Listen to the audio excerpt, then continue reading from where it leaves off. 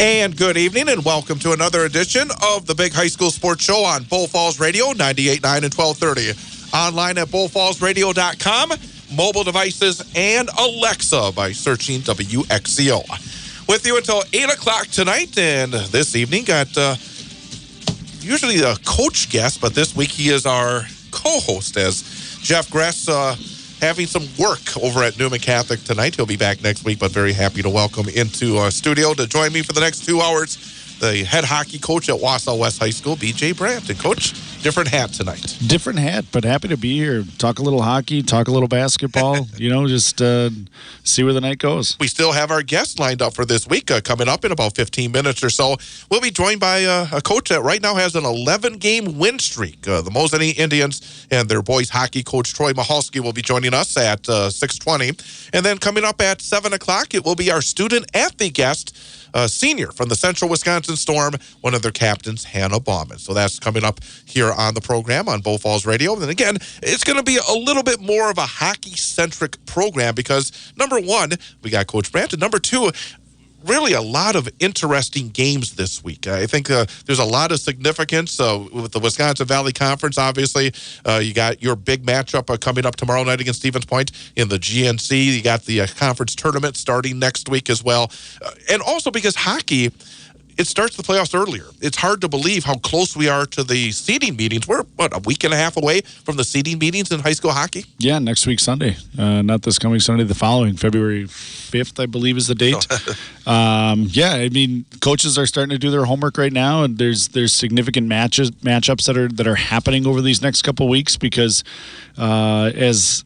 as coaches, you're always looking to see where teams are at the time of the seeding meeting and maybe not necessarily all of the things that go into it. But, yeah, there's, as coaches, we're one of the few sports that's not computer seeded right now.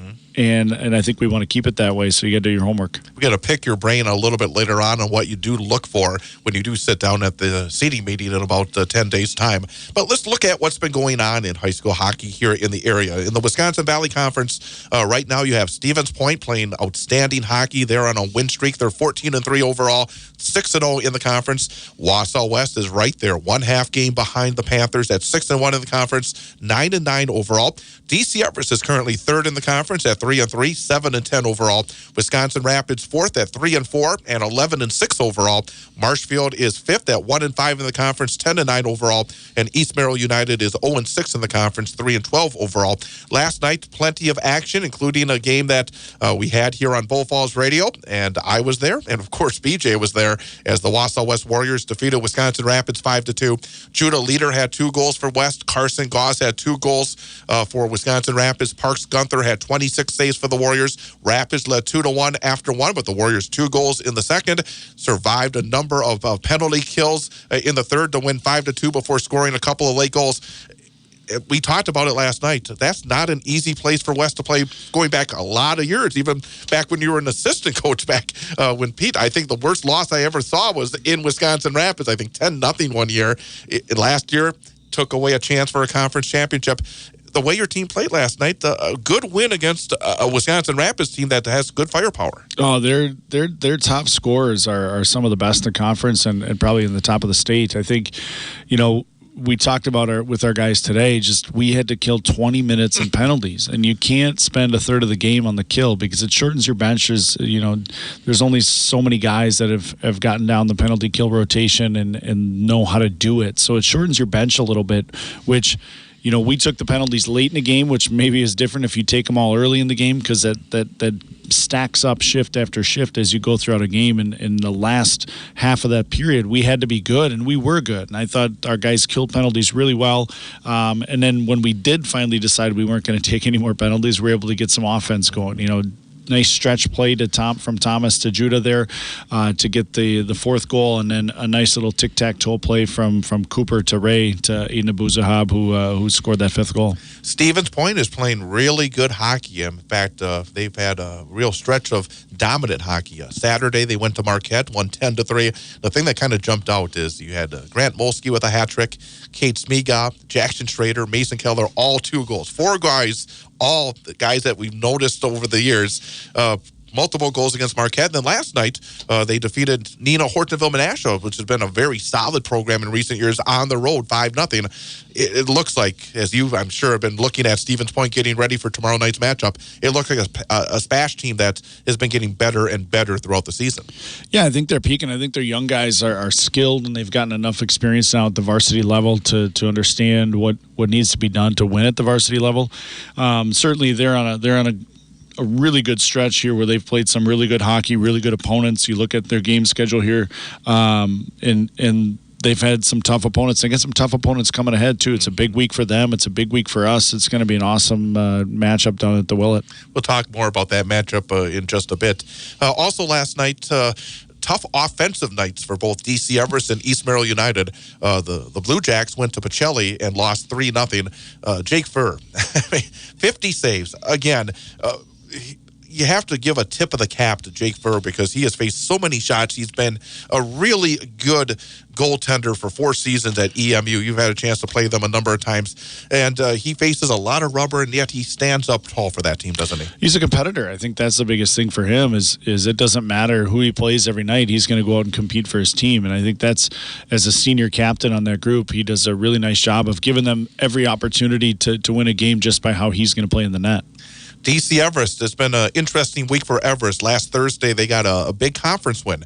They scored 4 times in the first period and then held off Wisconsin Rapids 4-3. Nolan Elgersma had 2 goals. Griffin Bonnell, 35 saves, including a dozen in the third period as they had a 4-3 lead going into the third, and they were able to hold off Wisconsin Rapids. But last night, in a game that has significance in the sectional, Thomas Sparter came to the Green Heck, got a third period goal, defeated the Evergreens 1-0. The freshman Bonnell again had 27 saves. For DC Everest, it is a young team. As I said, they're 7-10 overall, 3-3 in the conference. That win against Rapids was significant, both in the conference and in terms of the section. But Everest has struggled a bit offensively. But again, this is a freshman goaltender that looks like he could be the real deal. Yeah, I mean, he's seen a lot of pucks. I think they've committed to him now and realized that he's the goalie now and certainly going to be the goalie of the future. He's seen a lot of pucks, and you look at you can tell they're a little bit inconsistent just at their youth. At their youth, they're so young, and it's hard sometimes when you're playing all those young guys to get them to play consistent night in and night out. But that win against Rapids was a huge win for them. I mean, they came out early and obviously stepped on Rapids in the first period and were able to hang on, and a lot of it probably had to do with how Bonnell played in the net. Great Northern, it's an interesting league. It's a Division II league, and I think there's a lot more energy within it because of the opportunity now to get to a state tournament. And Mosinee, as we said, they started off the campaign at 2-5. They've now won 11 games in a row. They're 13-5 overall. They're tied with Lakeland at 6-1 in the conference. Lakeland having a terrific season, 13-3 overall, 6-1. Tomahawk, they had been struggling, and they have really picked it up the last couple of years. They're now 5-2 in the conference, 12-3 overall. Rhinelander 4-1 in the league, 10-3 overall. Those 4 teams all have terrific records, and I'm sure they're going to be battling for the GNC tournament title. And then, of course, they have another GNC tournament basically with the Division II sectional. And then Pines at 2-4 in the conference, 5-11-1 overall. Antigo is 2-5 in the conference, 6-10 overall, while Wapaka and Medford struggling at 1-6 in the conference. You look at Mosinee last night, they beat Pines 6-3. Caden Schmerler, a hat trick. Elliot Yurkovsky had 2 goals. They also won on Monday against Thomas Sparta, who beat Everest last night. Thomas Sparta and Mosinee knocked them off 5-2. Schmerler, 2 goals. Aiden Karst, 34 saves. And a big win in the conference last Friday. Mosinee beat Tomahawk in a battle for first place in the conference, 8-2. A 5-goal third period for Mosinee. Karst had 33 saves. During the course of the season, something I've noticed, Schmerler has been just putting up the goals. And it looks like Karst is starting to pick up in the goal. I mean, having 33 saves on 35 shots against Tomahawk, having 34 saves on 36 shots against Thomas Sparta. It looks like a combination right now for Mosinee where they're getting the offense and also getting some good goaltending. Yeah, I mean, you look at they're averaging almost 6 goals per game right now. I think, and they're giving up just over 2.5. I think a lot of that has to do with their firepower. I mean, we saw it when we played them. Their last loss was against you. Yeah, I just looked at the schedule, and I think you look at the way that they played the game against us. They've got some really skilled forwards that can push the puck up the ice, and if they get good goaltending out of Karst, I think they can make a big run in that section because it's a conference tournament 2.0 for them. But you look at it, Lakeland's played them tough. I think they beat them at their place. Rhinelander, MJ always gets his guys playing well at the end of the season. So it's going to be a really fun tournament and sectional to watch. It has an interesting aspect to it. I don't know if I would like it to have a tournament where you could win the conference tournament, then a week or so later have to play that same team for a trip to state. It's really an interesting dynamic, isn't it? Well, it is, because you play a team twice within a week and a half, and as coaches, you can dial in your game plan a little bit. Something that didn't work, you try something here or there. And you're dealing with student athletes. They go into the game, whether you won the game or lost the game, there's different mentalities from the kids. So it depends on the maturity level of each group and how they respond to it. But yeah, it's certainly something that I'm happy we don't have to deal with if you do a conference tournament followed by that, because I think it just adds a different element to deal with as a coach. Tomahawk is interesting. I know you're focused on your conference and D1, but that was a program that was really struggling, and they've really turned it up a notch. And I think it's great because they've had some issues in their athletics. They haven't had a lot of success, I think, in basketball, but now they've been able to have a really good season on the ice. And for these schools, they know the opportunity is now there. We're going to talk about the format of state and all that, but boy, the opportunity, they know they're going to have a chance if they play well against these similar teams in their conference to make a state tournament run, and I think Tomahawk's right in that group. Yeah, I mean, Crispin Binster's been there a few years now, and he's gone through some downs, and it's nice to see him be on some ups because they've got a good group coming from their youth program, and I think that's where they built it. They went into the youth program and have a bunch of birth years back-to-back here that have played really well. They've won state tournaments on the Waha side, and it's translating to their success at the WIA level because those kids, while they're young, they're skilled, they've played together their entire youth career, and for them to band together a little bit and find success, it's good for Chris and good for that program. Central Wisconsin Storm, they're playing some good hockey. They had 3 games in the past week.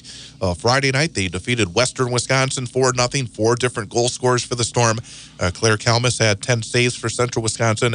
Then Saturday, a game that I had right here on Bull Falls Radio, was a terrific high school hockey game, and the Storm edged for the second time this season St. Croix Valley in overtime, 3-2. Freshman Madeline Kelter, 2 goals. Chloe Lemke had 23 saves in the game.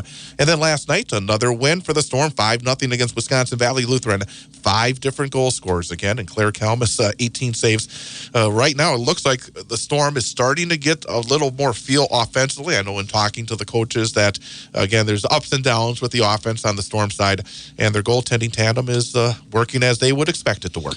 Yeah, I think the biggest thing for them is balance. Every night it's somebody else that's going to take the lead on the scoring on the offensive end, and I think you can count on Chloe, you can count on Claire on the back end, but they've been able to provide balance for each for every game. I mean, it's not the same person scoring night in and night out. They've been able to spread the puck around and create offense, and like I said, I think having Chloe and Claire back there is going to be really fun to watch as they transition through the playoffs and late season here. And it's going to be interesting again, and I know that you've had to deal with this. I think any hockey coach, if they're in it long enough, has to deal with that goalie mentality. They both want to be in there every night. And unfortunately, that's the one position you can't have line changes. You could try, I guess, but it would be very interesting. As you look at it, these girls. I mean, they both have been just terrific performers. It's got to be, it's wonderful on one hand. I mean, obviously, to have this incredible talent, but I can't remember ever when I guarantee you, I would think that these are the 2 best goaltenders in the state, and they're playing for the same team. I mean, that's a headache in one sense, isn't it? That's as a head coach, the goalie position is my weakest spot. It's my weakest knowledge spot. But making that decision because you're telling somebody they're not playing that night. And I think that is the hardest part of this because they've got 2 outstanding goaltenders, senior returning goalie of the year in our state, Chloe Lemke, super athletic goaltender in Claire Kalmus that has just it's a compete level that's really high, and I think both of them have fed off each other. They play well. The other one knows they're going to play well because it's their opportunity. And I think it's going to be a tough decision for the coaches. And I know that both of those girls are mature enough to support that and support each other to make sure that their team can play long enough and hopefully make a run at the end here. Because to have those two as choices, you're pretty lucky. Absolutely. We got to take a quick break, but we're going to come back and have our first guest for this evening. We'll be talking to the head hockey coach of the Mosinee Indians. Again, 11-game winning streak right now, Troy Michalski. We'll talk to the coach coming up as we continue here on the Big High School Sports Show on Bull Falls Radio, 98.9 and 1230, bullfallsradio.com, mobile devices, and Alexa by searching WXCO.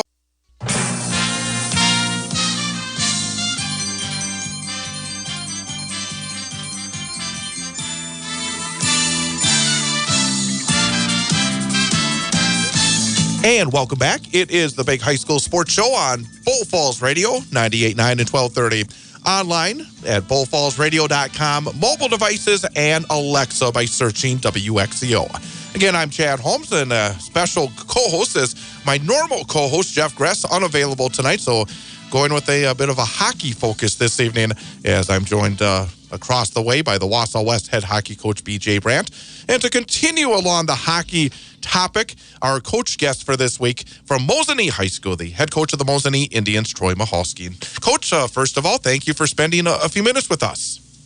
Yeah, thanks for having me. Well, your team has been playing some outstanding hockey recently on a nice long win streak, 11 games in a row, now atop the Great Northern Conference and a tie with Lakeland. I guess to start things off, what's been working? You haven't lost the game since the Marathon Cup championship round, playing some really good hockey, putting up goals. Goaltending's been solid. What's been working for your team recently?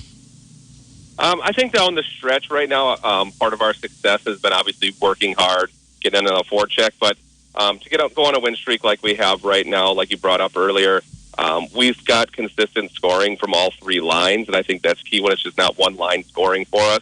So we're getting production for a lot of different guys right now, and that's kind of been our key right now, and playing better defense than we did earlier in the year. Hey Troy, you guys got your conference tournament coming up here. How do you go into this conference tournament knowing it probably predicts the seed in your sectional, and then you're going to see maybe some of these teams here within a couple of weeks again? Yeah, I think that's a tough one with actually how our sectionals laid out and how our conference tournament's laid out. A lot of times we see those teams twice, so you get really familiar with them, and it's the third time during the season.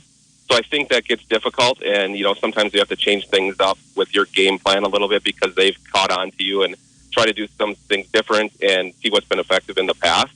So we'll definitely watch them film on some of those things and try to look for some trends going forward because, a third time in a row gets tough.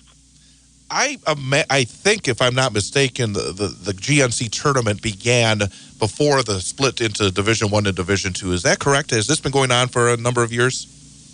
No, you're right. We did. We started the conference tournament just before the two divisions came, and like BJ brought up earlier, with that split now and with the two divisions, our sectional happens to be pretty similar to what our conference is, minus a couple teams. So a lot of times you do end up seeing the same teams, and that did take part. A couple of years after was the Division II after we started the conference tournament. And along that line, do you feel like maybe going back to a normal home and home in the conference and going away from the conference tournament might be of more of an advantageous for the teams? Because basically it feels like you have back-to-back tournaments. You have the conference tournament, then of course you have the sectional tournament. As you explained, it does cause some difficulties. Would you be of the mindset to at least have a discussion on maybe going back to what traditionally was the conference setup of the home and home?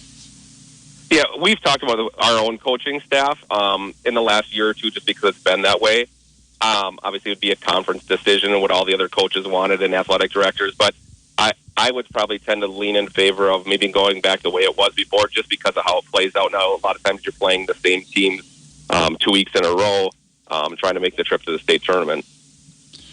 Troy, you've obviously been on an outstanding win streak here. As a coach, how do you keep things fresh with your guys to get them ready for the next night and not worry about what's in the rear view a little bit? We try to change up practices. We try to have some fun stuff every once in a while because the season gets long. It's a grind. Obviously, having success right now is helping that. But we still, our focus, even our game last night, I don't think we came out the best. So to strive to make ourselves better every day, no matter who our opponent is, has kind of been our focus throughout this whole thing. And for the most part, we've done a good job. We've tried to go out and play the pace that we want to play, regardless who we're playing. But it's tough, and you still got to make it fun for the guys. And that can be a challenge because you want to work on things. And the season gets long, and we're getting where guys are banged up a little bit. So you just, got to still put in the work, but make it enjoyable for them. So on Friday, Troy, you guys go up to Eagle River for the traditional tournament up there, and you got youth school. Fun little overnight. Talk a little bit about what goes into that and what you're looking forward to with that Friday-Saturday matchup. I'm really excited. Obviously, playing youth school Friday night, that's a good test for us. They're always a good program year in and year out. As far as the experience, the Pines tournament's been going on for, I'm going to say probably around 25 years. It might even be longer than that. I think it's a great experience for our kids. When COVID came, we kind of got away with staying with the families, but we're getting back to this year where our players get to stay with players from Pines and from youth school. And I think that's a good friendship building. Some of those kids that I've had in the past have remained friends with those guys for a long time and hopefully become lifelong friends. So not only is the tournament good, there's good competition there with youth school, Hayward, Pines. But I think it's a great bonding and a great atmosphere for our kids and build some friendships from that. Again, we're talking to the head hockey coach at Mosinee High School, Troy Michalski, here on the Big High School Sports Show on Bull Falls Radio, 98.9 and 1230, bullfallsradio.com, mobile devices, and Alexa by searching WXCO. Let's talk about a few of your players. And one guy that I think I almost mention every week because it feels like the Mosinee fans better bring a hat because there's been a few hat tricks from Caden Schmerler. 32 goals now on the season. He continues to light the lamp on a regular basis. You lost some offense from a year ago, and Caden was back, and obviously a guy that was expected to put up some good numbers, and he has not disappointed, has he? No, he hasn't. And Caden's strength, obviously he's a big kid. He can use his size to his advantage, but I think his biggest strength, and he's a goal scorer, is his shot and his release. He can let it go quick. He's really accurate. It's a hard shot. Some guys can shoot really hard, but they're not accurate. And Caden really has it sighted in right now. And a quick release, a lot of times the goalies don't know it's coming, so I think that's key. He has a lot of good skills, obviously, like I said, size and speed. But I think his release on his shot is probably his number one thing. He was somebody that I think was expected to be a top performer for you this season. Who has stepped up? Who has been some of the players that have replaced some of the graduating seniors that helped your team make a pretty deep run a year ago? Who have been some of the keys to the success of this year's version of the Mosinee squad? I think another one of our captains on our team, I think Grant Kuklinski, not that it was a surprise. He didn't have big numbers last year, but he's having a really good year.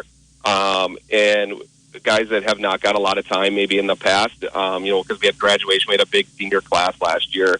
So we have guys like Spencer Sawirsky stepping up, Ethan Oatman, Jagger Dine, like guys that didn't have huge roles in the past, have had their opportunity to play, and they're putting up numbers. And that's a tough situation to walk into. And as a coach, you don't know exactly what you're going to get from everybody.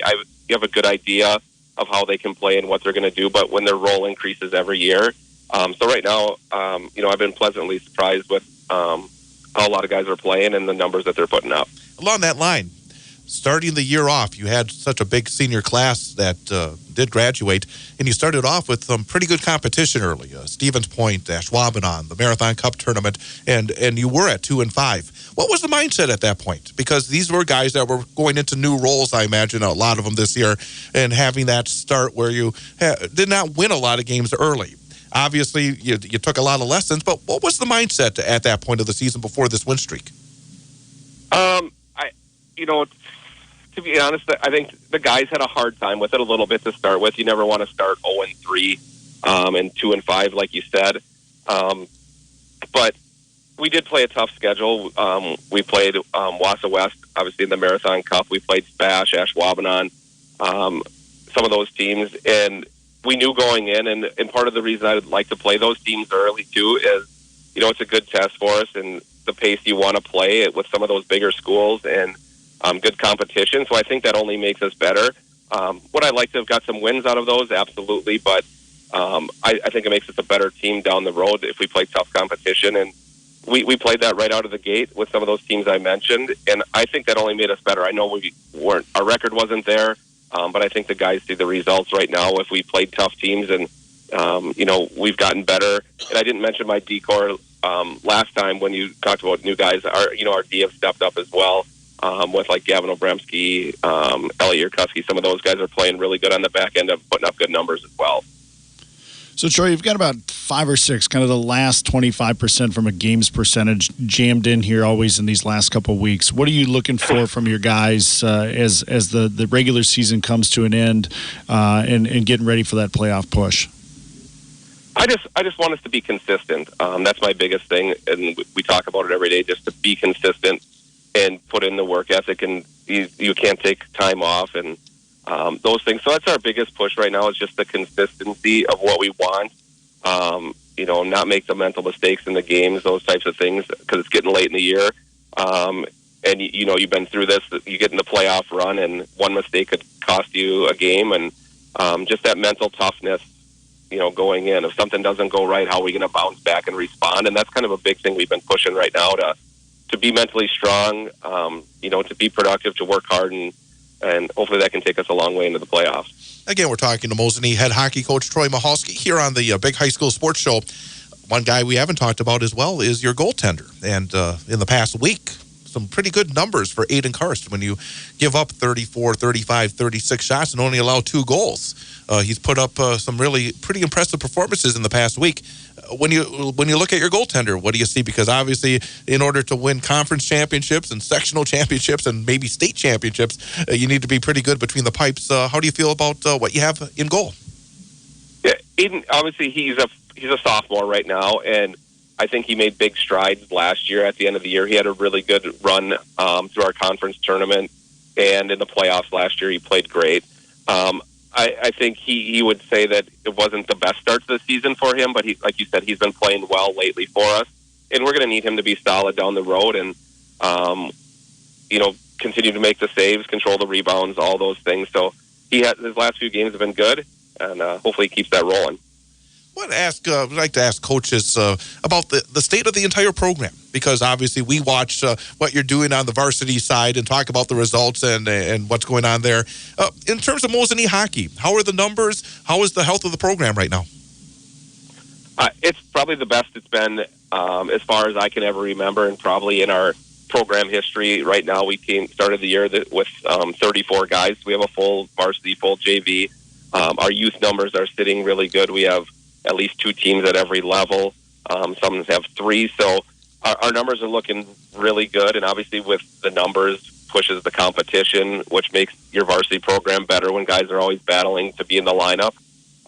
So we're sitting in a really good spot, and it should stay that way for a long time, which is, a great sign for our program. So, Troy, this past week, East Merrill hosted the Walter Cokevale Cup JV tournament up there. Talk about what that tournament win meant for those guys, because they're the varsity of the future. They are, and the guys came back. I wasn't at the game, but I saw them when they got back to the rink, and they were really excited about it. And I got to throw this in, BJ. One of our guys said, "Coach, we got West this time." So. They were obviously excited, and it's a big win for them, and they've competed all year. They have a really good record. They're working hard, and those guys want their shot, and like you said, they are the future of our program. A lot of those guys are freshmen and sophomores, and they're going to have to step into those big roles later on. So getting them competition and the opportunity to win that was really exciting for them. We are almost to the end of January into February, and I think is for hockey folks, February really is the most exciting time of the year when you get to the battle for a conference, and then of course the playoffs. What is the mindset with your guys? Is there do you feel it with the way they're playing, the success they've had, that they're ready for what we call the big push towards the end of the season into the postseason? I think so. Even last night, we had a really good kind of moment in our locker room last night, and we didn't get off to the best start. But I think there's a real buy-in right now, and there's excitement. And it's good when you're winning, and obviously things stay positive, and a lot more positive when they're that way. But I think there's a real excitement. I think there's that desire to be good. And I think that it has to be key going down the road that we're going to stick together. In a good locker room, helps that going down the road. Everybody's really buying in together with that, and we don't have any issues there. And I think that's a big part of success as well.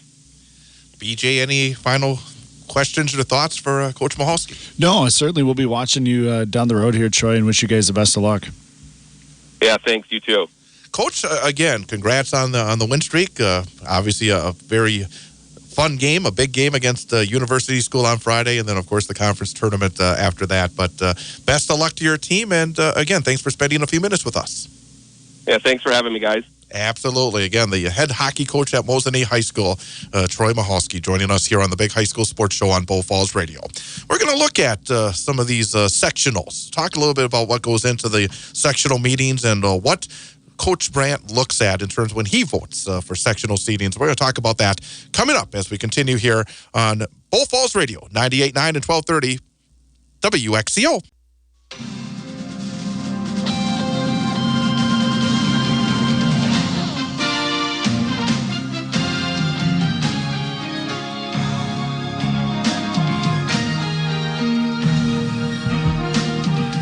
And welcome back. Big High School Sports Show on Bull Falls Radio, 98.9 and 1230. BullFallsRadio.com, mobile devices, and Alexa by searching WXCO. Again, thanks to Mosinee head hockey coach Troy Michalski for joining us. I'm Chad Holmes, along with BJ Brandt, again sitting in for Jeff Gress tonight.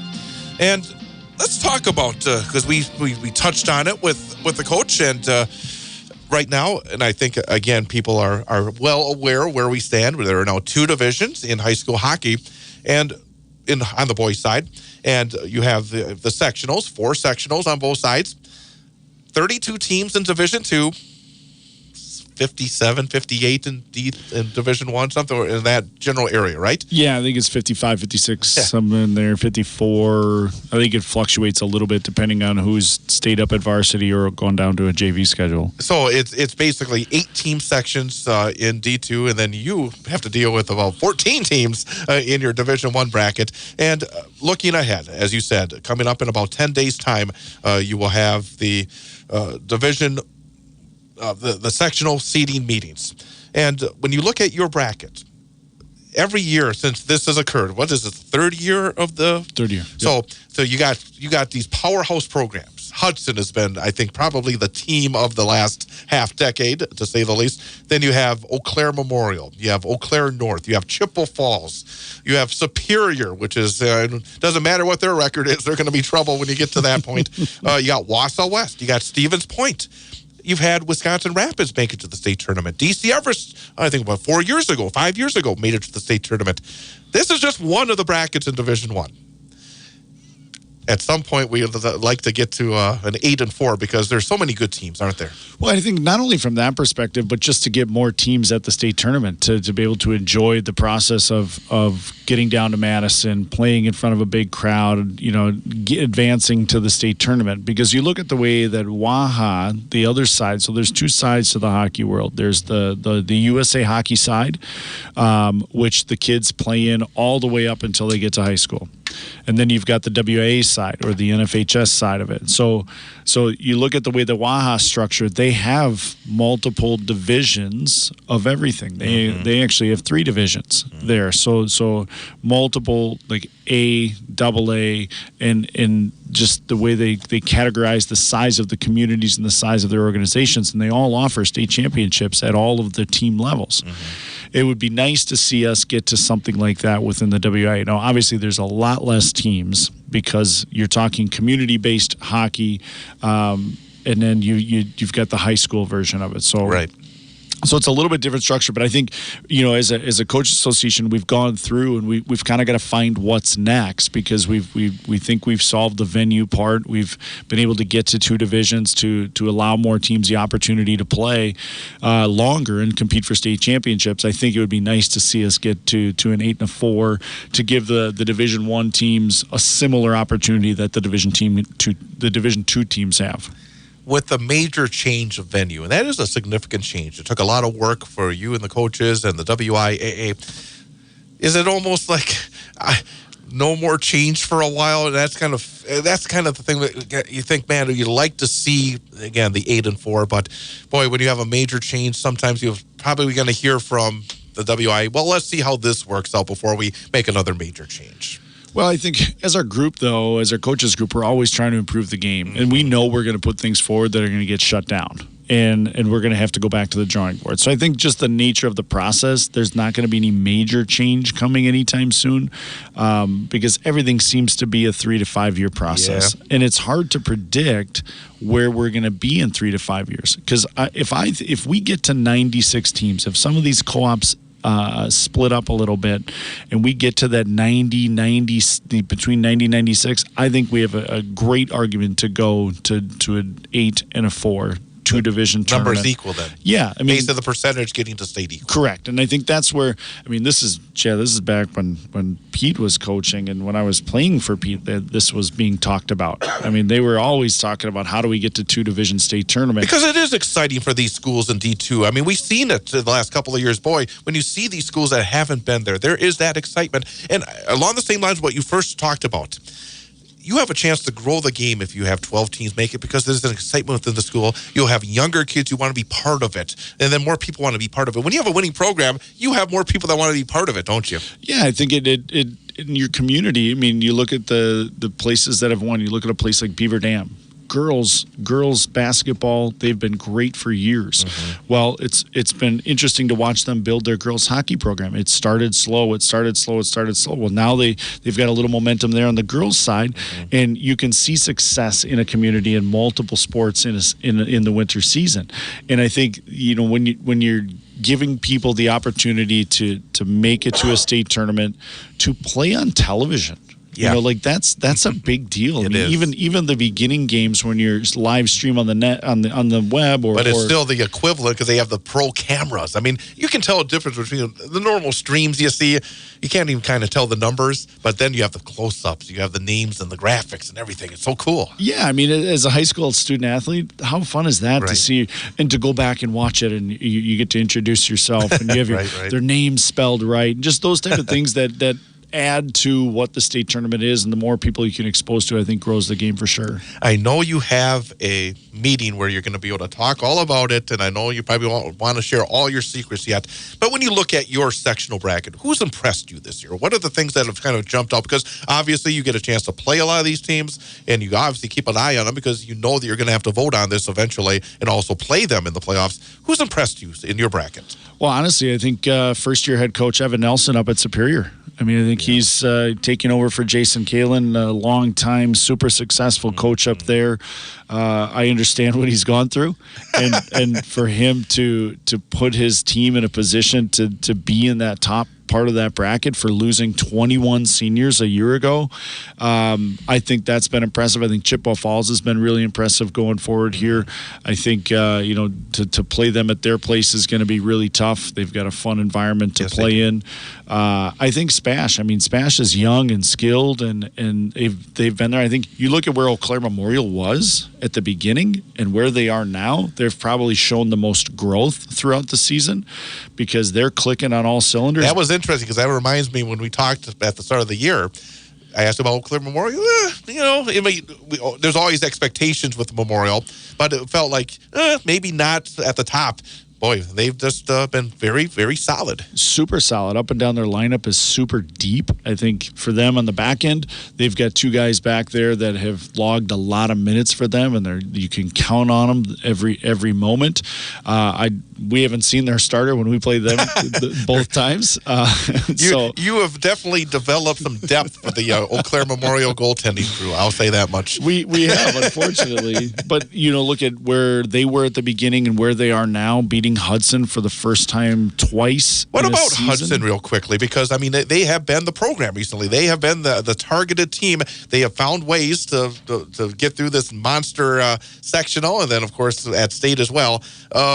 haven't really heard the same amount with Hudson this year. What do you know? Well, I think they've played a few games over in Minnesota, so you don't get to see them a lot. They obviously are in the Big Rivers Conference and are able to, that conference championship is still up for grabs. And I think talk about a loaded league, huh? Oh my gosh! Well, and I think and then you got that Division II team hanging out and stealing all the thunder.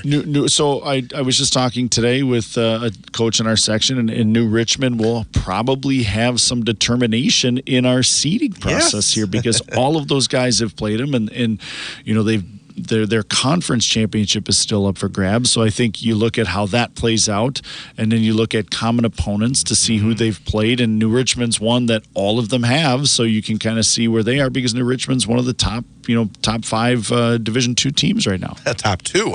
I mean, they've been right up there with Springs all season long. It's been really consistent. Looking at the Great Northern bracket, we talked about Mosinee, talked about Lakeland.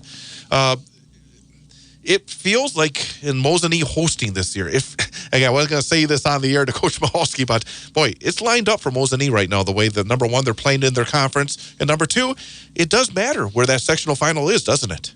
I think it does. I mean, for the familiarity side of it, to make sure that you guys know where they're going, they get to drive to the rink. They, if Troy's team gets to the sectional final there, I mean, it's such a I'll put it two ways. One, it's great to host it, but sometimes it is a little stress on the coach. It's a little stress on the host school, and hopefully, they get through that part because it's stressful. I mean, you've got a host. You're going to have a massive crowd that comes in to watch this game, no matter what communities are there. But yeah, it's a great place to play, and for Troy to host that, and you got to like the feeling they looking ahead. And hopefully they continue to play well.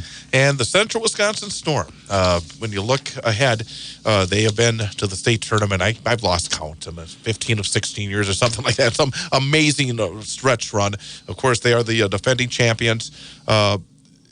Looking at the bracket, they have Superior, the number 1 ranked team in the state. Storm are number 2 ranked team in the state. Superior beat the Storm, I think 7-3 down in Madison over the holidays. Superior comes and plays at Marathon Park a week from Saturday. Sometimes the bracket does not be all that kind. You know that. I mean, I would think you'd hope that Superior was somewhere else if you're the Storm, and I think likewise the Superior would hope the Storm was somewhere else. Well, and they're gonna have some fun here when they get to play each other in a week. Because it'll be interesting to see what the coaches do, because the game has super significance in the seeding process. Well, for the Storm, they have to win. Right. I mean, because Superior got them down in Madison, and I think that's the last time they lost. So, yes, it is. So you look at what they've been able to adjust in their game since Superior took it to them a little bit. But look at the way their bracket is. I mean, they've got Superior's 1, Central Wisconsin Storm is ranked 2, and Hayward's 4. Yeah. So you look at where they're at. That's a loaded section. Hayward is always a pain in the neck whenever you see them. I mean, really, in a good way. It's a great compliment because I've seen them play the Storm in significant games. And, boy, again, that's because when you look at normally, you feel like, frankly, over the years, the Storm has had to win one game. Because, I mean, you look at the brackets. I mean, we're just going to be honest here. Some of these teams are struggling badly. This year, that sectional semifinal, whoever gets that 2 instead of the 1, Hayward. It's a big difference. I mean, how seeding shakes out for them is that second round matchup is going to be either one that they like or one that they're going to really have to work for. But you look at this sectional, and I mean, combined, I think they have 7 losses maybe combined between those 3 schools, and they've played almost 60 games, and it's really good skill. I think with Hayward, they're young, they're skilled, they've got a good goaltender on the back end. The Storm is super balanced in how they play, and each line can score, and they've shown night in and night out, especially on this little run here, that balance helps them, and then you look at Superior, and Superior's they're a skilled, fast team and physical team. They haven't lost to a team from Wisconsin. All 3 of their losses this season have been to teams from Minnesota. So, obviously, and that brings up the next point, because when you do go into that meeting, what do you look at? because you're going to have to talk about Superior. You're going to have to try to compare what they've done against some of these other teams from Minnesota. You have to look at what the teams from your league. You obviously got some teams from your conference that are involved in this bracket.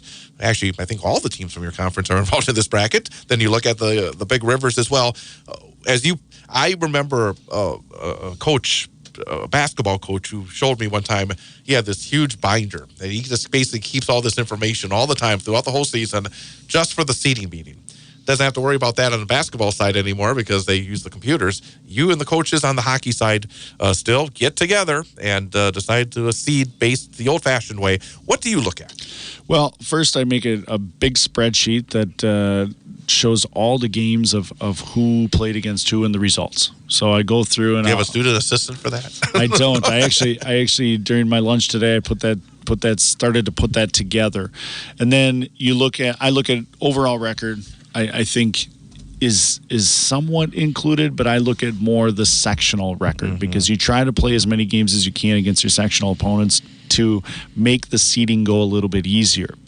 Head-to-head is super important for me. Did you play the team? When did you play the team? What was the result? And now that isn't always the end-all, be-all, depending on, significant player out or somebody playing a back-to-back. I think the interesting one in our section right now is the Chippewa loss to Superior because Chippewa played us the night before and then had to go up to Superior. And to see how that plays out in coaches' minds within our section will be interesting. And they outshot them. I mean, there's so many different aspects. They can use that. Hey, we just one night where if their goalie was on this head, that doesn't mean they're better than us. Correct. I mean, so it's going to be interesting to see how that. But I love to look at the head-to-head. And then you look at like our section, we've got two conferences. You got the Valley Conference, you got the Big Rivers.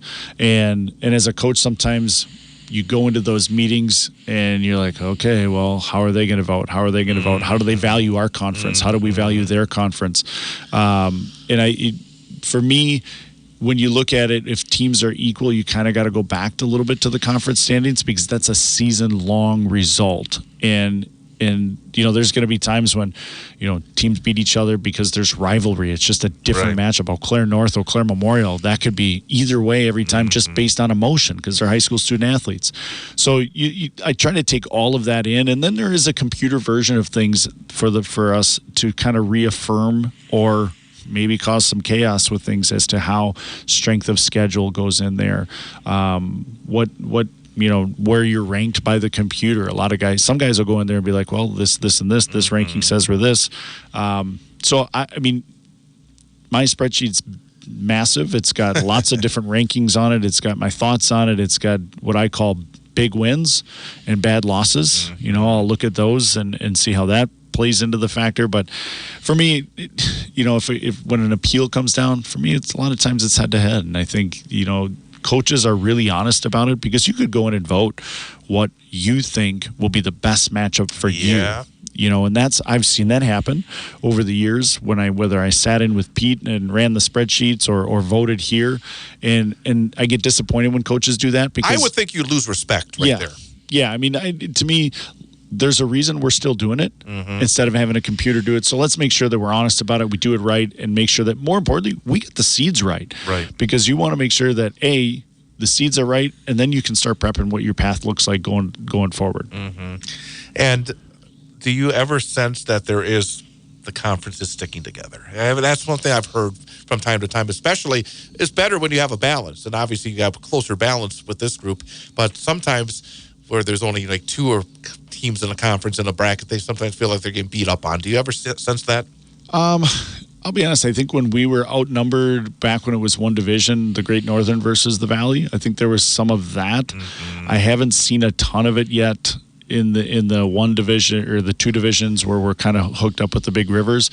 But last couple of years, it's been pretty cut and dry. Right. This year, it's a little muddier. So it'll be interesting to see how the seeds come out, and especially when you go to the appeals. Right. That's where you can worry a little bit about conference alignment. But again, you got to trust that they're going to vote the right way and vote based on the argument and whatever information they've presented between the two coaches. We have to take a quick break, but we're going to come back with our student-athlete guest from the Central Wisconsin Storm, senior Hannah Baumann. And for you basketball fans out there, yes, I'm going to tell you what's been going on. We're going to have a basketball segment, some significant activity going on. The Wisconsin Valley Conference, big upset last night that caused a little bit of a headache for a potential game on Friday that was supposed to be for first place in the league. And now DC Everest has more work to do, and Marshfield has a bit of a cushion, but we'll talk about that in our basketball segment coming up as we have one more hour to go. It is the Wednesday evening, 6 to 8 p.m. each Wednesday night, the Big High School Sports Show. Again, BJ Brandt, the Wausau West Warrior High School head hockey coach, joining us as, again, we have Jeff Gress joining us again next week. But Hannah Baumann will be coming up as we continue. The Big High School Sports Show on Bull Falls Radio, 98.9 and 1230. Online at bullfallsradio.com, mobile devices and Alexa by searching WXCO. And again, if you haven't already, download the Civic Media app. More to come in just a moment.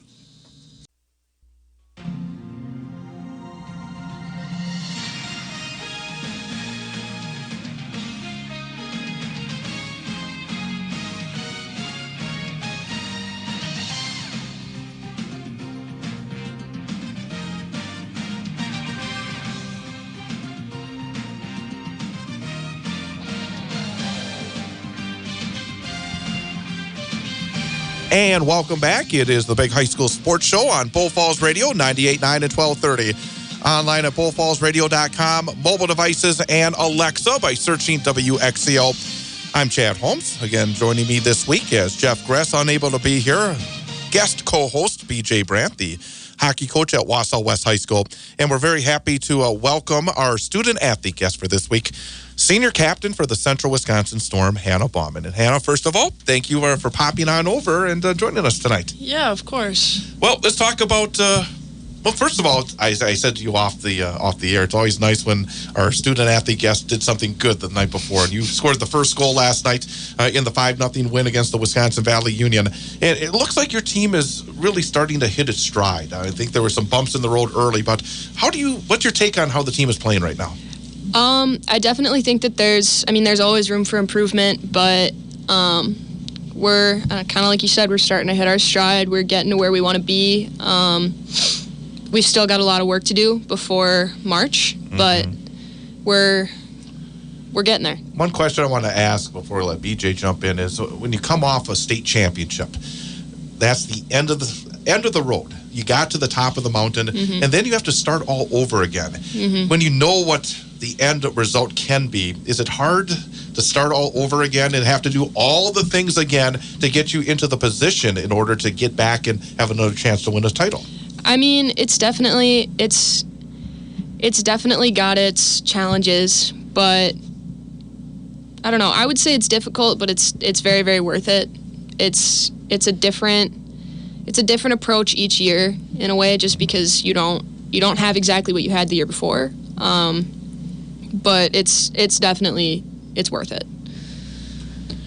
Hannah, talk a little bit about what your career's been, because obviously you were a role player early on in your career, somebody who saw a decent amount of varsity minutes young, and what that's been like over your 4-year career, and kind of reflect back a little bit on where you started and where you're at now. Well, I started out when we had a pretty good team my freshman year. A lot of numbers. I think we had like 13 seniors. It was crazy. But my role was strictly penalty kill, or when someone would get hurt or something like that. And then there was an opportunity where one of our players couldn't play, and our coach took a chance, and then I fit in really well with a couple of the seniors, and it all kind of just aligned. And then from there on, it was my minutes started going up and my production started going up. But I think having to earn that ice time my freshman year has really shaped me as a player and a person, because I didn't walk right in and just have it handed to me on a silver platter. I had to work for it, and I didn't get it until probably end of January. And, of course, stats don't tell the whole story, but just looking at your career stats, you went from 3 goals your freshman year to 6 goals your sophomore year to 13 goals your junior year, and already there's plenty of hockey still to play, 19 goals. When you look at your game, what are the areas that you think you've made the biggest stride since you stepped on the ice as a freshman up to where you are scoring that goal last night against the Union? I would think I'd probably say my biggest strides have been just like working with different people, like figuring out how to work with people that I might not necessarily have a ton of chemistry with, like having to work with like just a plethora of skill level and strengths and weaknesses and whatever, and figuring out where I can benefit the line and where they can benefit the line. And I think just learning how to mesh myself with those people is probably the best thing that I've. Real quick before you jump in, and I know as a coach you know this, and every time I go to an end of season banquet, whether it's yours with West or the Storm, that's always one of the things that's talked about is there are so many bumps, interpersonal bumps, ice time bumps, that I don't think people realize how important that learning process is in order to handle the little things that always come up, whether it's in sports or whether it's in school or whether it's in our job environment. I imagine that the folks that aren't in those locker rooms or on the ice don't realize how much work has to be done in order to stay on the same page with your teammates. And I imagine as a captain, that's something that you have to work on as well. Yep. Yeah, for sure. It's, I don't know, the past 3 years it's kind of been, all right, just kind of figuring out how, like, what I can do to stay on the same page as everybody else. But now it's like, what can I do to keep everyone on the same page? So, yeah, that's kind of my role this year, is just kind of keeping everyone in the loop and on the same page and still working together without, yeah. Having the roof cave in. Oh, yeah. Yeah. Talk a little bit about what it's been like to share this experience with your dad. Honestly, it's something that I wouldn't trade for the world. Like, I know, like, when he came in coaching my high school team last year, and he, like, we talked a lot about it. He was like, are you sure? Like, is it okay? And I'm like, yeah, it's fine. And, like, obviously you're going to have those little cat fights when you get home. And then I walk in the house and I talk to my mom. I go, you got to do something about her. You got to do something about him. And then he'll walk in right after me. He goes, you got to do something about her. And it's just, but, like, I don't know. I think that it's really brought us a lot closer. Just because we can share that experience, and I don't know, we get to spend more time with each other than we would, especially with me going to college next year. Yeah, so I wouldn't trade that for the world. Again, we're talking to Hannah Baumann from the Central Wisconsin Storm here on the big high school sports show on Bull Falls Radio, 98.9 and 1230. You go to Wausau West, correct? I do. I always have to ask these Storm players, because you got Wausau West, you got Wausau East, you got DC Everest, you got Mosinee, and even this year you got Wittenberg, Burnhamwood. Yeah. You've had Marathon, you've had Merrill. I mean, all these schools. What is it like to be part of a co-op? What are the positives of being part of a co-op? What are the tough things about being a co-op?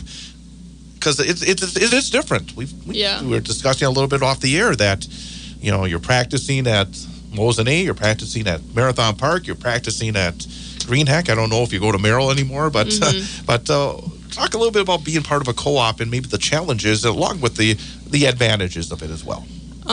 For advantages, I would say, like, you definitely get to know people that you would never have the opportunity to know. Some of my best friends have come from Mosinee and Everest, and I never would have gotten the opportunity to get to know them had I not been a part of a co-op.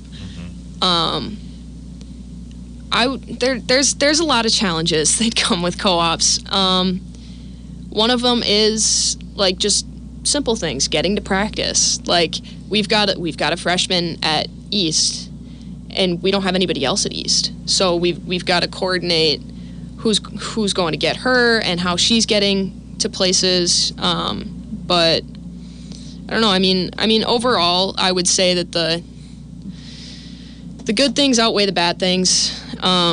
It's definitely got its struggles as far as practices and what rink we're meeting at to leave from.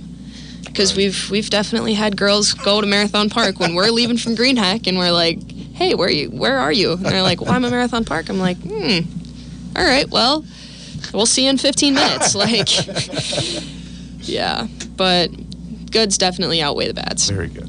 Talk a little bit about what you want to do beyond high school. I mean, what's your post high school plans? Well, I want to go to college. I'm not really sure where yet. I've applied to a few different places and gotten into quite a few of them. But I definitely want to try to play hockey. I'm looking right now specifically at D3. But yeah, I would really like to continue my hockey career and go to school to study psychology, potentially go into clinical psychology past that. So. What do you like to do to get away from it? Obviously, hockey takes a lot of time. School takes a lot of time. Yeah. What do you like to do for fun? Hockey is a lot of my fun, but I'm pretty involved in music at my school. A lot of choir, extracurricular choir, pop concert, all of that stuff. I play a little bit of guitar at home, so it's a lot of that that occupies a lot of my other time. But other than that, I spend a lot of time with my family and my friends and my girlfriend and all of that stuff, and that kind of just, I don't know, that's enjoyable for me. So. Very good. Let's talk about winning a state championship, because it is rare. I mean, it's hard to do. And you and your teammates a year ago were able to earn a state championship. And what was it like? I guess, what was the experience as not only being a state champion, but being a significant part of the team and helping that crew get over the finish line? How would you describe it? I don't really know if there are words to describe it, but I think one of the parts about it that I will absolutely never forget is we won, and I looked at one of my teammates, and her name's Mackenzie Bouch. She's one of the other captains this year. I looked at her, and she goes, I remember when we were sitting here watching the state games, and it was like, holy crap, we just did that. It was absolutely insane. Definitely something that I won't forget. I remember getting on the ice and celebrating and whatever, and you could probably find it somewhere, but Gabby went right to her dad and I went right to my dad, and there's that was definitely an experience that I wouldn't trade. It was definitely a cool experience. It was great for everybody, but being able to experience that with my dad, the one who got me into hockey and has coached me all the way through, that was absolutely insane. And yeah. You don't want to trade it, but you want to add to it. Oh, absolutely. Absolutely. Again, we're talking to Hannah Baumann, senior for the Central Wisconsin Storm. Talk about your team. Who are the other players that maybe not lean on, but the players that you have been providing the big lift for your team to allow you to have the success you've had this season? Right. Well, obviously our goalies, both Chloe Lemke and Claire. Not bad having the top two in the state. No kidding. No, but those two are definitely a big pillar of our success. But we've got some other players. We've got Tristan Wickland, who provides a lot of her stats aren't necessarily the highest on the team, but gritty, isn't it? Yeah, very. I love playing on a line with her. Just really hard worker. But we've got Gabby Heiser, who's put some points on the board. So that's cool. But we've also got we've got our grinders. We've got Mackenzie. We've got Maddie Kelter. We've got a lot of grinders who are just willing to put in the hard work, which is absolutely necessary. So you guys have been pretty balanced offensively here recently. Talk about, you go into a game, you want to find the back of the net yourself, but talk about what your strategy is and how you handle that, because somebody might be off that night, and as a captain, you have to deal with that as well as your own game. Right. Well, I mean, everybody's going to have their off days. That's just how it's going to be. I think it's just a matter of when you go in the locker room, like you go in the locker room in between periods, and then the tendency that a lot of teams have is you go in there and you're like, well, we're not doing this good. We're not doing this good. And it's just a thing of as bad as we might be playing, like we can't let that completely take over our thought process, because the minute that we start to focus on all of those things and stop focusing on, okay, what are we actually doing okay? And I don't know, when I worded in the locker room, I'm like, all right, we've got an opportunity to get better. It's not something that we're doing bad. There's room for improvement, and we can do this or this or this, but we've got to stop doing this. Talk a little bit about hockey players, Chad, are known for their pregame routine. You know, everything's got to be the same. Mm-hmm. Everything's got to be routine. Talk about what your pregame routine is, maybe from post school on a home game, maybe instead of the travel game. Talk about what that looks like. Well, typically I go home for a little bit, kind of de-stress, change into my warm-ups. And then I kind of just probably get something to eat, super small, head to the rink. Once I get to the rink, I genuinely don't talk to anybody.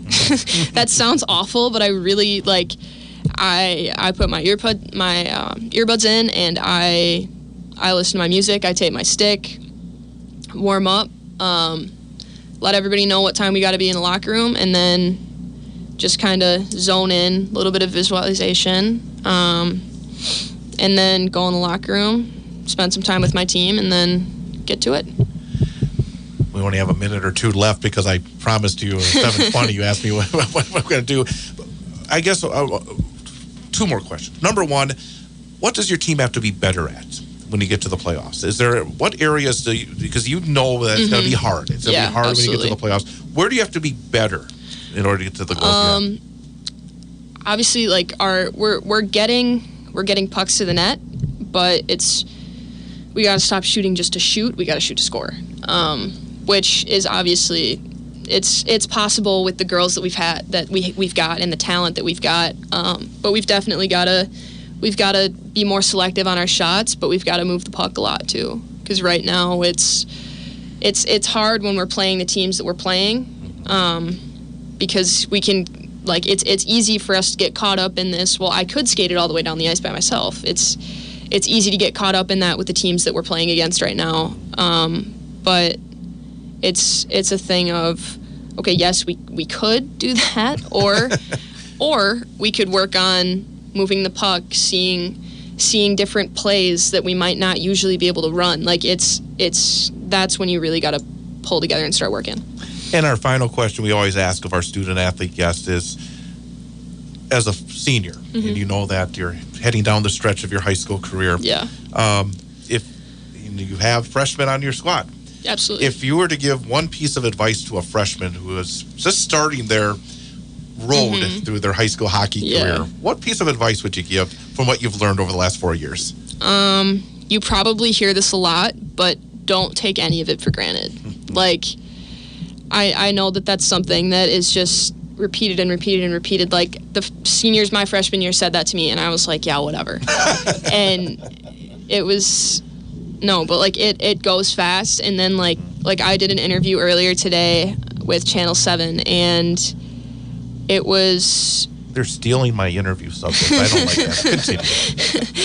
Continue. And they said something about 3 or so weeks left in the season, and I looked at my other captain. I'm like, 3 weeks?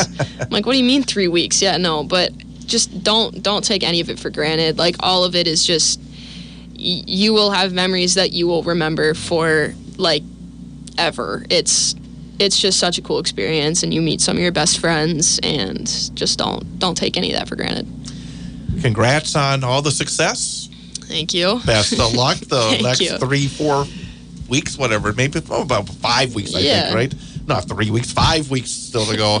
And again, thank you for coming in. Of course. Thank you for having me. Hannah Baumann joining us here on the Big High School Sports Show. We're going to take a break and come back with more here on Bull Falls Radio 98.9 and 1230.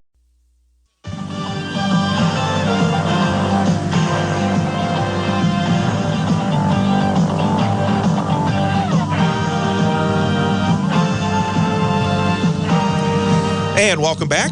Big High School Sports Show on Bull Falls Radio, 98.9 and 1230. BullFallsRadio.com, mobile devices, and Alexa by searching WXCO. Also, again, if you've missed any of our programs or any of our high school sports play-by-plays, go to our website, BullFallsRadio.com, click on sports. You'll see a logo for the Big High School Sports Show. You'll see a Wausau West logo. You'll see a Marathon logo. You'll see a Newman Catholic logo. We put our broadcasts of all the games, and like last night's Wausau West Wisconsin Rapids game. If you did not listen to me last night, you can tune in, relive all the action, again, on our podcast page, BullFallsRadio.com, and then click on sports, and then wherever you want to hear it, whether it's the Big High School Sports Show or our play-by-play. With BJ Brandt, I'm Chad Holmes, and Coach, something that I've talked about with Paul Novinsky during the fall, with Jeff Gress during the winter, is the best part of the show is getting to talk, number one, to the coach, and then number two, and I don't mean number one being the better, but I'm talking about first we talk to a coach every week, then we talk to a student athlete, and to be able to have the time to be able to have 15, 18, 20 minutes to find out about Hannah Baumann, to talk to Troy Michalski about his team. It's the best part of the show. I can talk all I want, but when you get a chance to actually learn something about these people, and also you get a chance, obviously, as a teacher and a coach to see the young people. It's just wonderful to see these young people that accomplish so much. Well, and it's not always easy to have a microphone in your face or a camera in your face and talk so adult, right. and grown up. I mean, for these student athletes to do that, it's great to get a window into what their lives are like a little bit, and their experience. You look at a senior like Hannah, who's had a great high school career and is having a great senior season. To get a little window into what her career looks like, and to hear about that is really fun and exciting. Absolutely. Now we're going to put on our basketball hat. Are you ready to go here? You ready to break it down and tell us all that's going on? Let's start with the Wisconsin Valley Conference, because last night was a significant night in the championship race of the WVC. Wausau East, big win for Coach Dan Garrett and his Lumberjacks. They knocked off DC Everest in overtime, 77-69. Jesse Napgezik, 22. Isaac Rosbadowski, 17 for the Jacks. Marshfield was off in the conference. They defeated Chippewa Falls 80-68 last night. But that means now Marshfield is 6-0 in the conference. Everest is 5-2. Both teams 12-4 overall. And also significantly, because you have to wonder, and I know you were exact same position last night, where you have to win that game in order to have the opportunity against Stevens Point to turn around after the first meeting.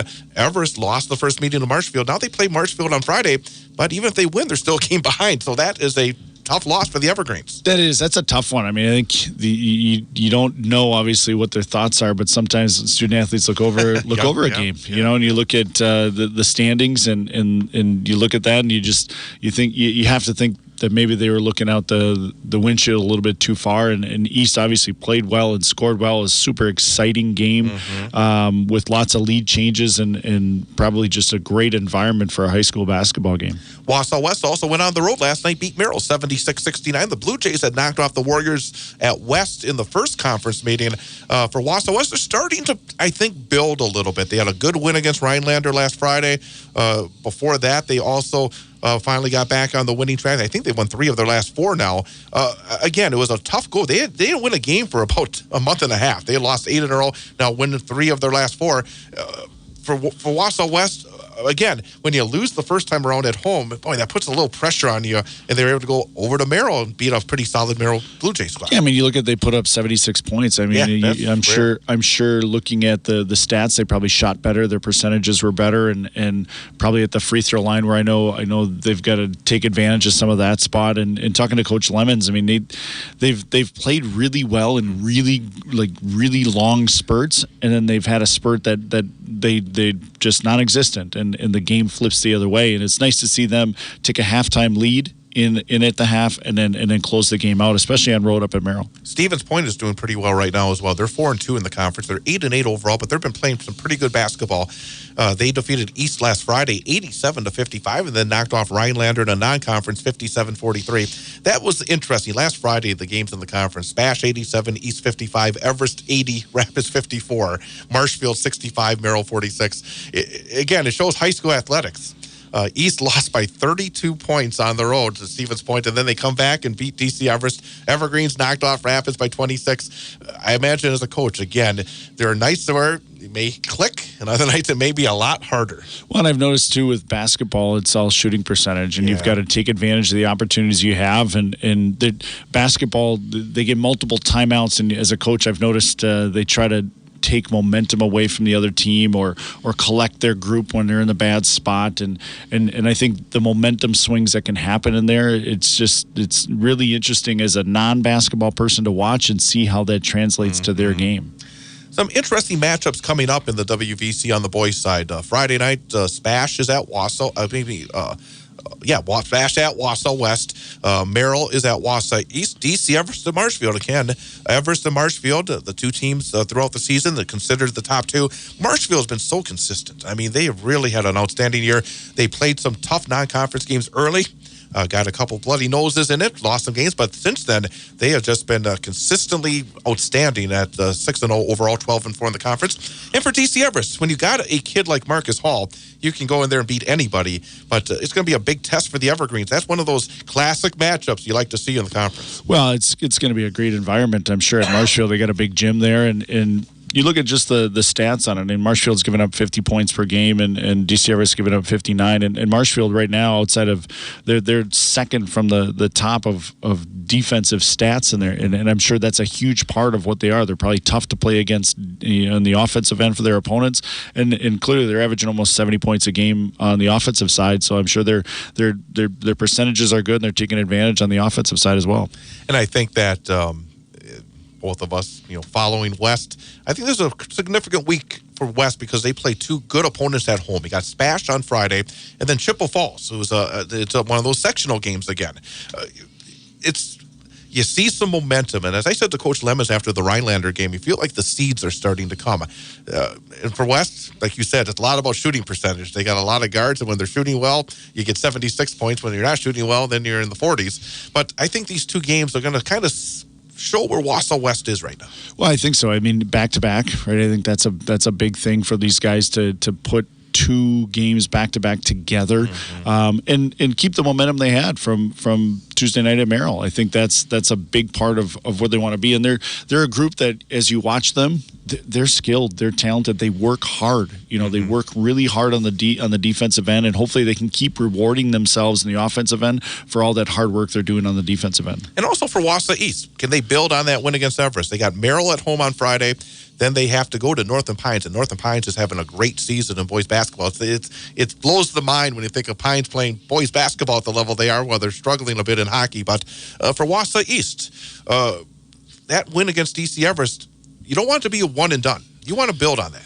Well, absolutely. I think, it gives those guys some confidence going into it. I mean, obviously they executed in the moments that they needed to. And then to be, for Merrill, they've got to come back after a game that maybe they thought they were going to win at home against West and play against a red-hot East team coming off the win against Everest. Looking at the Great Northern Conference, boys, it's been a lot of fun each week following this because there are three outstanding teams at the top. You got Medford, Northern Pines, and Mosinee. Right now, Medford is 6-0 in the conference, 12-3 overall. Pines 6-1 in the conference, 12-4 overall. Mosinee 5-2 in the league, 12-4 overall. And last Friday, Medford, they had knocked off Pines on the road. They had beaten Mosinee at home. They had established themselves as the top team in the conference. They faced Lakeland, who is now 1-5 in the conference, and Lakeland took them to the nub, 73-72. I mean, it was amazing to see Lakeland have an opportunity to knock off Medford, who's Logan Baumgartner, who's been just outstanding. Tanner Raby, who's outstanding. But again, it shows when you put all your eggs into some big games, and they call them big games. They're all big games, obviously. If you go up north to Minocqua, maybe get off the bus. It's been a long ride from Medford. Boy, you can't count on anything in high school, can you? Well, I think, when you're at the top of your conference, you're getting everybody else's best. And I think you're not going to have your best every night, but you're certainly going to get everybody else's best, and you've got to handle that and respond. And obviously Medford did just enough to get through that game, but they got to know going forward that they're going to get everybody else's best. Mm-hmm. Merwood boys as well. I mean, it's been a lot of fun to watch because it's so rare. I mean, you've probably seen it once or twice during the years in hockey, but you got Marathon, Newman, and Auburndale either 13-2 or 14-2 on the season, and they played each other. I mean, it's like Auburndale's 14-2. They're only 2 losses to Marathon. They're 9-2 in the conference. Marathon's 10-1 in the conference. They're only lost in overtime to Newman. Newman's 9-1 in the conference. They're only lost on the road to Auburndale. I mean, it's just been amazing. Last night, those 3 teams are all victorious. Marathon in a game that Tom Weaver called right here on Bull Falls Radio, knocked off Edgar on the road, 68-27. Grant Warren has been just massive for Marathon this season. Another double-double, 13 points, 17 rebounds. Daniel Lacroix and Drew Wolfel had 12 each for Marathon. Newman, they had to battle a slower tempo against Assumption last night, but defeated the Royals 56-44. Isaac Seidel, 19. Eli Gustafson, 10 for the Cards. And Auburndale trailed by 6 against Stratford at halftime, but outscored the Tigers by 19 in the second half to beat Stratford 60-47. Alex Wilfart, 23 points. Again, I mean, I, as somebody who covers and also as a fan, love it when I see these really, really, really high-level teams, especially when you have multiple teams in the same conference who are going to battle each other in big games coming down the stretch. Well, they're going to battle each other, but that's going to prepare them for the playoffs. I mean, when you have to play really well in your conference every night, you got to know that that's going to test you throughout the season. So maybe if you've got a bigger conference, you don't have to go outside your conference as much to get those games. You've got them right in your conference, and that's definitely going to prepare all those teams. It's kind of fun when you're at this point in the season and you don't know who the conference champion is going to be because they've got some really big games coming up. And next Tuesday, the next conference games in the Merriwood South, Auburndale at Newman next Tuesday night. I will have it for you right here on Bull Falls Radio 98.9 and 1230. Again, Newman's the only conference lost to Auburndale. Auburndale still right there behind Marathon and Newman Catholic. So Auburndale at Newman next Tuesday. Stratford at Marathon. And Stratford is always a team you cannot overlook. Their winning tradition.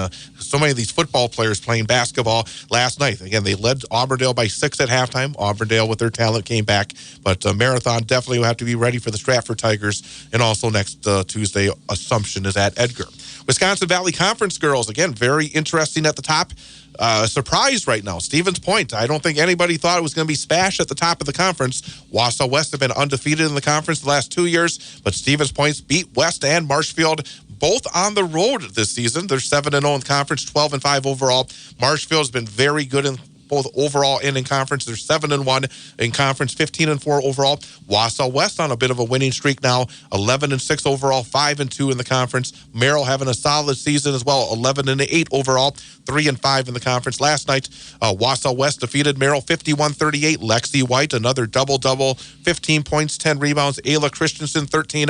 Molly Anderson, 10 for the Warriors. West, the night before, went up to Lakeland, a game that we had here on WXCO, knocked off the T-Birds 78-71. Were able to win, even though Kenzie Deaton injured her ankle again late. It was a tie game. Lexi White put the team on her shoulders. I mean, again, we had her on a couple of weeks ago. Watching her, she has that ability. You know, you need that one player when the times are tough, you know you can count on, and Lexi White's that player. And West has a lot of other talent, but boy, that senior leadership with Lexi is so impressive. Well, I mean, for somebody who just had their 1,000th point in their career, certainly she's got a lot of game experience. I was able to watch their Eau Claire Memorial game, and I think, looking at how they played there, down a little bit, maybe didn't play as well they wanted in the second half, and those seniors came out in that second half and took the game over for them. I think, Lexi's certainly somebody down the road here that Coach Weinkauf's going to rely on. Her teammates are going to rely on. They've got multiple, Division II athletes here at the basketball level. They're poised to make a really good run here. DC Everest got a win. I like to mention this because Everest 2-16 now. They had a struggle, and I feel for the kids who battle so hard that still be part of the team when there's struggles, because it's not easy to go back to school and go through the hallways and be struggling. It's easy when you're at the top of the conference and winning a lot. But Everest last night, 61-52 over East. Braylon Byler, 20 points. Kirsten Hall, 15. Katie Schultz, 14 for the Evergreens. And Marshfield last night defeated Rapids 58-40. Friday night, I'll be in Stevens Point the next 2 nights. I'll be with BJ Brandt and the Warrior hockey team tomorrow. But Friday, another massive game. Wausau West at Stevens Point. For the Warriors, Again, they lost by 3 in the first meeting between these teams. And for Wausau West, if they want to get a third consecutive conference championship, they know what they have to do. They're going to have to win at Stevens Point. They're going to have to win at Marshfield. And going to Stevens Point, undefeated Panthers. I mean, again, massive game on Friday. Yeah, especially going on the road. I think that's the biggest challenge. It's sometimes a little bit easier to win at home, but going on the road, especially to a place like Spash, they're obviously playing really well. West is going to have to take care of business there. I mean, the road, sometimes it's a little more difficult when you have to hang on, okay? Mm-hmm. West is going to have to go earn this win. And for a team that's won a conference championship in the past, multiple conference championships with some of the players that are on that roster, they know what it takes going down the stretch here to hopefully put themselves in a position to earn another conference championship. Again, West at Spash on Friday, 7 o'clock right here on Bull Falls Radio, 98.9 and 1230. And Merrittwood South, Assumption continues to lead the way. They're 9-0 in the conference, 14-1 overall. Edgar 7-3 in the conference, 12-4 overall.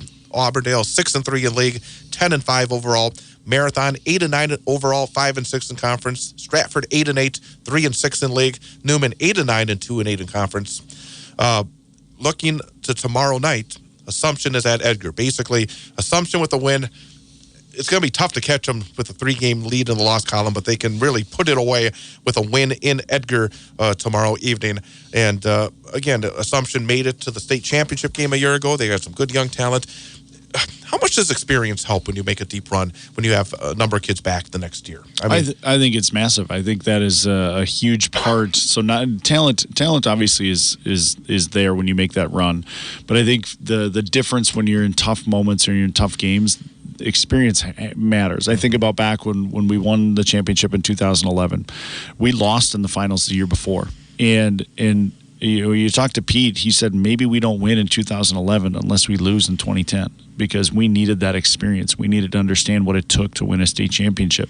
And those were, obviously really good teams. And then next year you lose in overtime to Notre Dame. But those experiences, when you get those kids, and I think about like our group, we don't have that experience right now. Mm-hmm. So you're relying on talent. You're relying on guys that can deal with adversity well, and you try to set them up for that. And I think as coaches, going down the stretch, you're going to rely on your seniors. You're going to rely on your leadership. You're going to rely on your skilled players. You're going to rely on the guys that maybe don't play as much but provide a ton of energy on the bench to support the guys that are playing. And I think, or girls that are playing. I just think, experience is a huge part of that run, but maturity and senior leadership ultimately is going to determine where your team goes.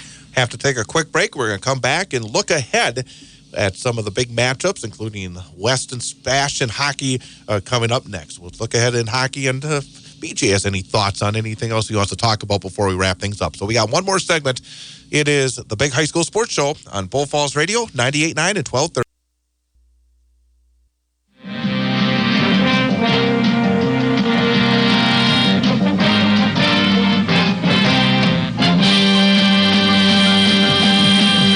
And welcome back. Big High School Sports Show on Bull Falls Radio, 98.9 and 1230.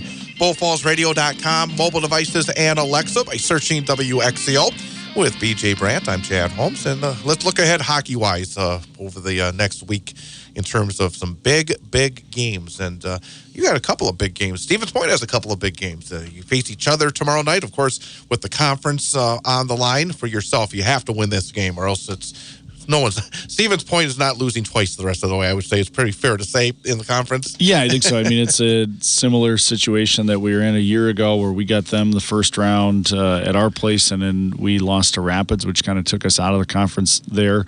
But yeah, it's a big matchup. I'm excited for this one. We fell behind 4-0 against them the first time, and we're able to battle back and kind of showed us a little bit of who we could be. And I'm excited. Hopefully the guys, don't give them a 4-goal cushion this time before we decide to play. Again, not sharing state secrets here, but when you look at Stevens Point, obviously they got some immense firepower.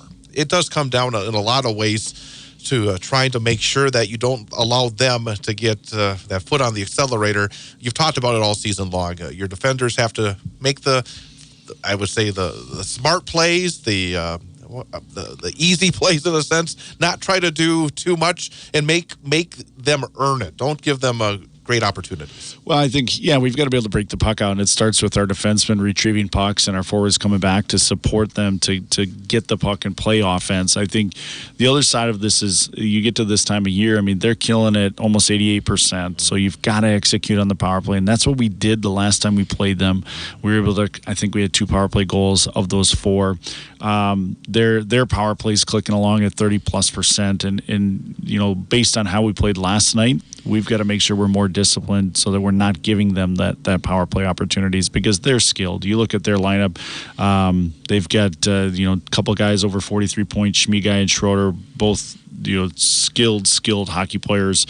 Mason Keller, senior defenseman for them, has 31 points, and Grant Molsky, a freshman who's a big, strong forward, plays the game well the right way, and those 4 guys, certainly guys we got to keep an eye on. And then you look at goaltending. I mean, Hunter Christian's been a senior goaltender for him, and he's somebody that we want to make sure we get some shots on him early and take away his eyes. That's it's really, you've heard me say it probably 100 times in our interviews, to take away the goalie's eyes, but that's a commitment. That's somebody standing in front of the net to know that you're probably going to get hit with the puck, and you're probably going to take some beatings down there just because it's a tough area to play in.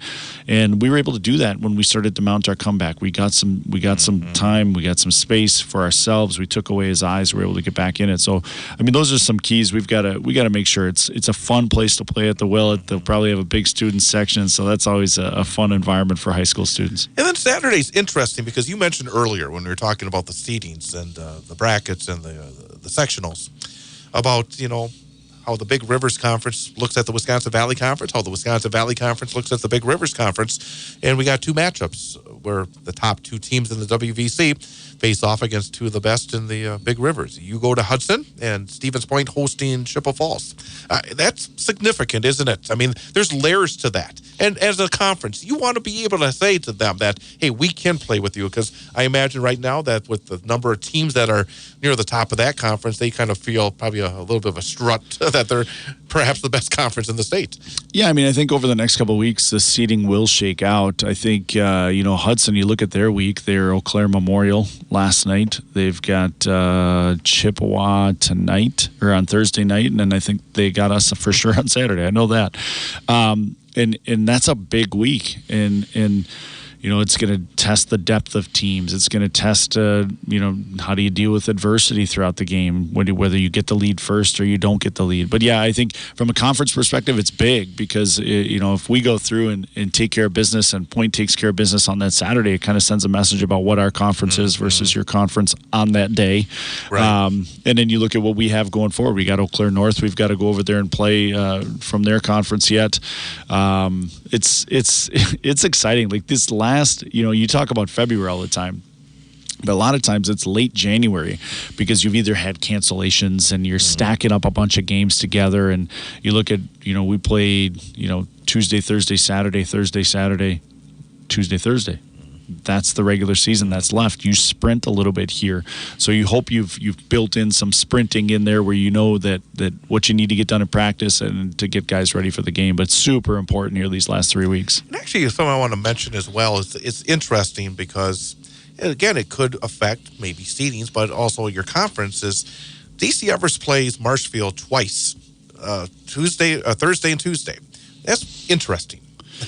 Well, it's different. Certainly, you see it in baseball all the time. Yeah. That's what every week. You see that in the spring because you don't know what the weather's going to bring. Right. You don't see it that often here in the Valley, but I think that's a makeup game. One of them's a makeup game from a virtual learning day from earlier. But yeah, I mean, they haven't played each other yet, and they're both in the section. And I just went through it today, and I looked at them like, oh, they haven't played each other. There's nothing here. And you look at the, how they're playing, and especially, I think goaltending will play a big factor in that. But Marshfield's got some firepower up front. It'll be interesting because they play on a big sheet and then they play on a smaller sheet. So it'll be interesting to see how those games turn out. No, they play the small sheet first. And then small sheet first, okay. But also interesting, I think, for Everest because they have a chance, if they win these 2 games, to really finish third. I know every space matters, doesn't it, in a conference race? Well, it does, and I think that's where, the win over Rapids for them could carry some significant weight into the seating meeting, because the coaches that look at conference standings, or some coaches that maybe don't look at a certain team enough, they might just glance at it and say, oh, they beat them head to head. Right. And I think that right there could carry some weight going into that seating meeting. And I think, boy, there's so much, Chad, over these next 3 weeks that's going to either A, make it more clear, or B, it's going to make it muddy. You're going to have some appeals. You'll have some appeals. And quite honestly, you got to go down as a coach and do your homework and make sure that you're ready to prepare for everything. And that's what I love as a coach, going into these seating meetings, because it's fun to make your case. And with the computer, you don't get to do that anymore. You know, was last year the first year? Or is it the second year? I think last year was the first year. I think it was, because everybody talked about, well, so-and-so beat so-and-so. Why are they seated beneath them? Yeah. Why are they seated underneath them? And that's where, as coaches, we get that right. And I would say more often than not, we get it right. And as a coach, I enjoy this seating process. I enjoy spending the time doing the homework, following up on teams, watching film, this little run you get here. And I think other guys enjoy it too. I just talked to Pat McDonald and we play them. Hey Pat, what do you think about this? How do you, and you get to talk with coaches about that, because it's just fun. I mean, everybody, you want to, as a coach, you want to beat the other team. You want your players to play well and the result to be how you want it. But we're still just normal humans at the end of the day, and it's fun to chat with these coaches about whether it's seating or what they do in their spare time. Got a few minutes left, and I got a topic or two, but is there anything on your mind? I always ask Jeff Gress in this last segment. He's got a big list all the time of interesting topics that, and he'll bring it up. Is there something that's a little bit of an interesting thought that you want to kind of bring up and discuss? Or do you want to let me just throw it out there? No, I mean, if high school sports related, obviously, I think our first run at this state tournament will determine the future of venues for high school state tournaments. Being president of the Coaches Association has its perks and its challenges, but one of them is being able to provide the best environment for high school student athletes to compete for a championship. Mm-hmm. And that includes things like ensuring the all-state voting happens, ensuring the all-conference stuff gets logged in, and we make sure we get those things right. The state tournament banquet, including media like yourself and the Wisconsin Prep Hockey guys, to make sure, and all of the awesome awards that people want to give to our student athletes because of how they either performed well on the ice, or B, you've got the Jeff Sauer Award, who awards kids in their community service and what they do outside the arena. I think it's a really big event we've got coming. In one of the joys, and I say that maybe sarcastically, is I get to play on the state tournament banquet. And, I rope in Travis and Jed and a couple other guys that can help with it. But to be down there to celebrate, whether I'm there as a coach with my team, or you're there to host the event and honor others. And one of the great things that you get to do at that event is you honor somebody who's given most of their lives to high school hockey. Last year we honored John Maurerman, and John won a state championship in 1999. He beat Spash in overtime. They were down 5-1 and came back and beat Spash in overtime. And for the Warrior team that lost to Spash, we were rooting for Beloit. And to get to hear John talk about what the career was like for him, and it's been really, really enjoyable. But this tournament, I think, is really important for us and what we can provide for the kids and the student athletes, and WIA's willingness to allow us to try to create something, to create an environment that is like the sectional final and hopefully better. And I'm looking forward to that. Obviously, I want to be down there and make sure that our team's down there, but be someone that has a little bit of foot in the planning to make sure it's a great event for high school student athletes. Yeah, I'm looking forward to it as well. I think I hope to be broadcasting, but I hope to get down there either way, because I want to see how it works as well. I mean, just to see the setup, to see how the new venue, the atmosphere. Does it have that noise that we love at a sectional final, where it's bouncing off the ceiling and just feeling it through your bones? It's going to be exciting, and I think the one thing again for people, go in with an open mind. Go in there and just see what, because obviously there's going to be things that work wonderfully, and there's going to be things that you have to fix because it's first year at anything. Go in there, enjoy it, wrap your arms around it, and then try to make it better next year as well. Yeah, I think, we were at Alliant for so long, and I think everybody's used to that. And sometimes change is hard, whether it's in your personal life or even bigger. But I'm with you. I know there's going to be hiccups, and I think the WI knows there's going to be hiccups. What they are, I think we know what a couple things there might be, but there's probably things we don't know yet. And I hope that it's just a great experience for those guys and girls that get to play down there and fight for a state championship. And the biggest difference, it's not going to be back-to-back games like with your ticket. It's single game, single ticket. So I hope that people understand that, because you don't get all the games, and maybe they offer a season ticket, meaning you get all the games. I'm not quite sure what they're going to do there, right. But yeah, I just think for our sport and to provide an environment for those kids and coaches and families and fans and tight knit. I mean, at that arena, you're going to be closer to the action than you probably have been ever at a state tournament, because the seating at the Alliant was away from the rink, and the seating here is going to be right on the glass, and what energy that's going to bring to the rink is just going to be fun to watch. Well, I'm looking forward to it. February and March are the two favorite months. It's so much fun, and appreciate you coming in, sitting in tonight. Yeah, thanks for having me, Chad. This was awesome. Absolutely. Thanks to Troy Michalski, our coach guest, and also thanks to Hannah Baumann as well from the Central Wisconsin Storm, our student athlete guest. Jeff Gress will be back with me next week. We will be back from 6 till 8 p.m. for another edition of the Big High School Sports Show on Bull Falls Radio, 98.9 and 1230, online at bullfallsradio.com, mobile devices, and Alexa by searching WXCO.